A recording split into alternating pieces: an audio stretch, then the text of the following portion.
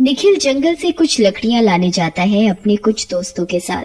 भाइयों, हमें कितनी लकड़ियां काटनी पड़ेगी रावण बनाने के लिए?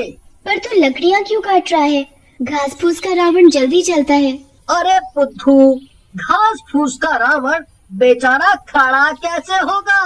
बिना लकड़ी के घास फूस का रावण ऐसे लगेगा जैसे उसकी रीढ़ की हड्डी टूट गई हो। सारे बच्चे मिलकर रावण बनाने का सामान इकट्ठा करते हैं और रावण बनाना शुरू करते हैं। अरे बच्चों, ये क्या सिर्फ रावण बना रहे हो? कुंभकर्ण और मेघनाथ कौन बनाएगा? बात तो सही कह रहे हो आप अंकल, पर हमारे पास इतना सामान नहीं है कि हम रावण के अलावा कुछ भी बना सकें। कोई बात नहीं, अभी तो समय है, आराम से बना लेना। सुनो, अंकल ने बात तो पते की कही है। चलो दोस्तों, कल फिर से जंगल चलेंगे, लकड़ियाँ और घास फूस लेके आएंगे। रावण बनाते बनाते सूरज ढलने लगता है। चलो दोस्तों, अब चलते हैं घर, वरना मम्मी बहुत डांट लगाएंगी और कल आने भी नहीं देंगी। अच्छा ठीक है, चलो ये सब साइड में रख देते हैं, जिससे कल खोए ना और जगह पर ही मिल जाए। सामान और रावण का ढांचा तैयार करके वे उसे वहीं बरगद के पेड़ के नीचे रख देते हैं और घर की ओर चल देते हैं। रात को जंगल में कुछ हलचल सी होने लगती है, हवाएं तेज तेज चलने लगती हैं। इधर जंगल में बिजली तेज से कड़क रही थी और टूटकर बरगद के पेड़ पर गिरती है, जिसकी वजह से पेड़ बीच से खड़े खड़े दो भागों में फट जाता है। तभी उसमें से किसी के हंसने की आवाज आने लगती है। आखिर मैं आजाद हो ही गया। अब बस मुझे एक शरीर चाहिए रहने के लिए। फिर उसकी नजर वहाँ रखे रावण के ढांचे पर पड़ती है। मिल गया शरीर भी। भूत उसे रावण के ढांचे में प्रवेश कर जाता है। अब मैं इसके सहारे कहीं भी आ जा सकता हूँ। इधर गांव में बिजली के गिरने की आवाज सुनकर रामू डरते हुए कहता है, अरे भैया, कहा था ना मैंने कि ये बिजली गिरेगी तो कहर ही आएगा। कुछ तो गलत होने वाला है। हाँ, ये सब बाबा के जमाने में होता था कि बिजली गिरी है अब किसी को लेकर ही जाएगी। है? अब जाके चुप करके सो जाओ। हाँ। फिर अगली सुबह बच्चे खा पी कर वापस सामान लेकर जंगल में जाते हैं। अरे, ये रावण इस पेड़ के नीचे था, यहाँ कैसे पहुँचा? हाँ यार, रावण यहाँ कैसे आया होगा? क्या पता चल के आ गया हो, किसी ने रख दिया होगा। जंगल में ताला थोड़े ना लगा हुआ है। चलो अब काम पर लग जाओ। राहुल रावण को उठाने जाता है। ये अचानक से इतना भारी कैसे हो गया? कल तक तो इतना वजन नहीं था इसमें। राहुल के उठाने की वजह से रावण में बसा भूत जग जाता है। कौन है जिसने मेरी नींद में दखल डाला है? ढांचे में से आवाज सुनकर राहुल डर जाता है और पीछे गिर पड़ता है। रावण जाग उठा, रावण जिंदा हो गया है। निखिल और मीनू मेघनाथ और कुंभकर्ण बनाने में लगे हुए थे। राहुल की आवाज सुनकर वो दोनों राहुल के पास जाते हैं। क्या हुआ राहुल, ये क्या बड़बड़ा रहे हो तुम? रावण उठकर चलने लगता है। अरे ये क्या, रावण तो चल रहा है, देखो। भागो भागो, रावण तो सच में उठ गया है। तीनों भागते भागते जंगल से बाहर आते हैं और अपने अपने घर चले जाते हैं। वो तीनों इतना डर जाते हैं कि किसी को कुछ कहते ही नहीं।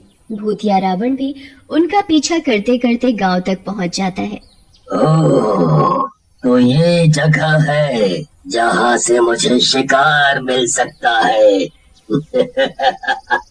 पर यहाँ मुझे सावधानी से रहना पड़ेगा। लोगों को पता चल गया तो मेरा शिकार खाना मुश्किल हो जाएगा। सामने से एक औरत आ रही होती है। उसे देखकर रावण जहाँ खड़ा था वहीं लेट जाता है। अरे, ये रावण का ढांचा यहाँ बीच गली में। एक काम करती हूँ, घर ले चलती हूँ, बच्चों के जलाने के काम आएगा। औरत उसे उठाती है। कितना भारी है ये, जैसे पत्थर डालकर बनाया गया हो। फिर भी किसी तरह वो उसे घर तक ले जाती है। जब आसपास में कोई नहीं होता तो रावण उठता है और घर में घूमने लगता है। क्या खाऊं मैं, क्या खाऊं? भूख लगी है मुझे तो, मन तो कर रहा है इस औरत को ही चबा जाऊं, पर अभी सही मौका नहीं है। रावण भूख की वजह से बाहर निकल पड़ता है। वहाँ कुछ जानवर चर रहे थे। अब मुझे इन जानवरों को मार के ही काम चलाना पड़ेगा। रावण बकरी के पास जाता है और उसे मार देता है। फिर उसकी टांग चबाने लगता है। इतने में वो औरत उसे आती हुई दिखाई देती है। रावण जल्दी से वापस घर में चला जाता है, पर रावण को अपनी जगह पर ना पाकर दूसरी जगह देखकर वो थोड़ा डर जाती है। अरे, ये रावण बैकयार्ड से अंदर कैसे आ गया? औरत रावण को छूने जा ही रही होती है कि रावण आंखें खोल देता है और उठकर बैठ जाता है। औरत बहुत डर जाती है। अरे, ये कैसा रावण है? ये देख कैसे सकता है? मैं सिर्फ देख ही नहीं सकता, मार भी सकता हूँ। कहकर रावण औरत पर हमला करता है। अरे बचाओ, कोई है, बचाओ मुझे, रावण मुझे मार डालेगा, बचाओ। पर इससे पहले कि वहाँ कोई आ पाता, रावण औरत को मारकर उसे चबाने लगता है।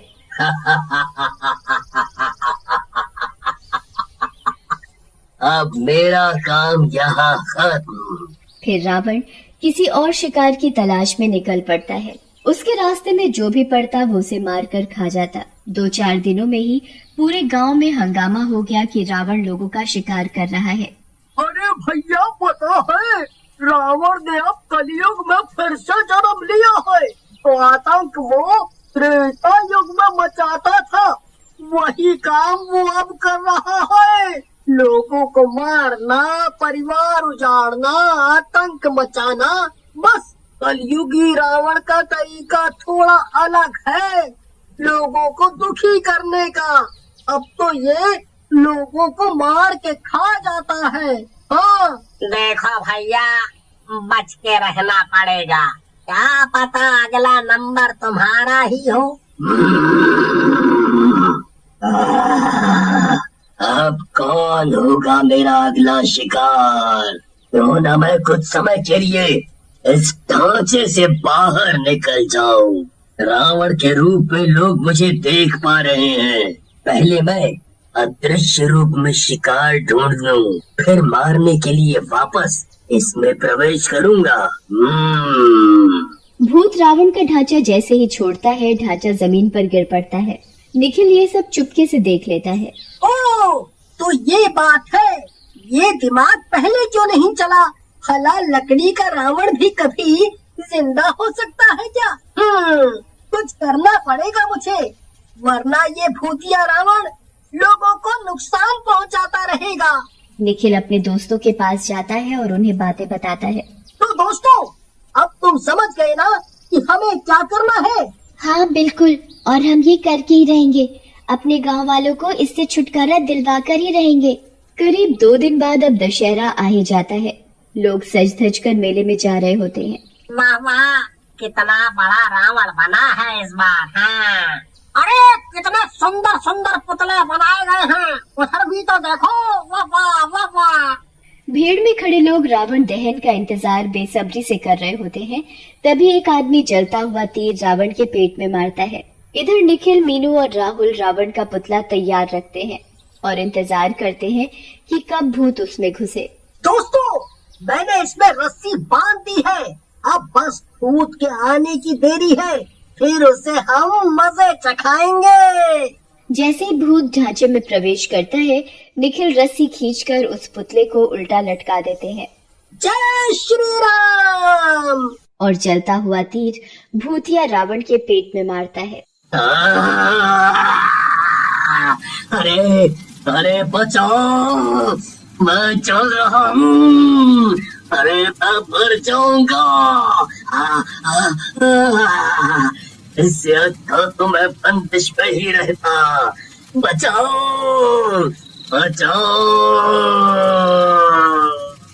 किसी ने सच ही कहा है, बुराई कितनी भी बड़ी हो या ताकतवर हो, अच्छाई उसे हरा ही देती है।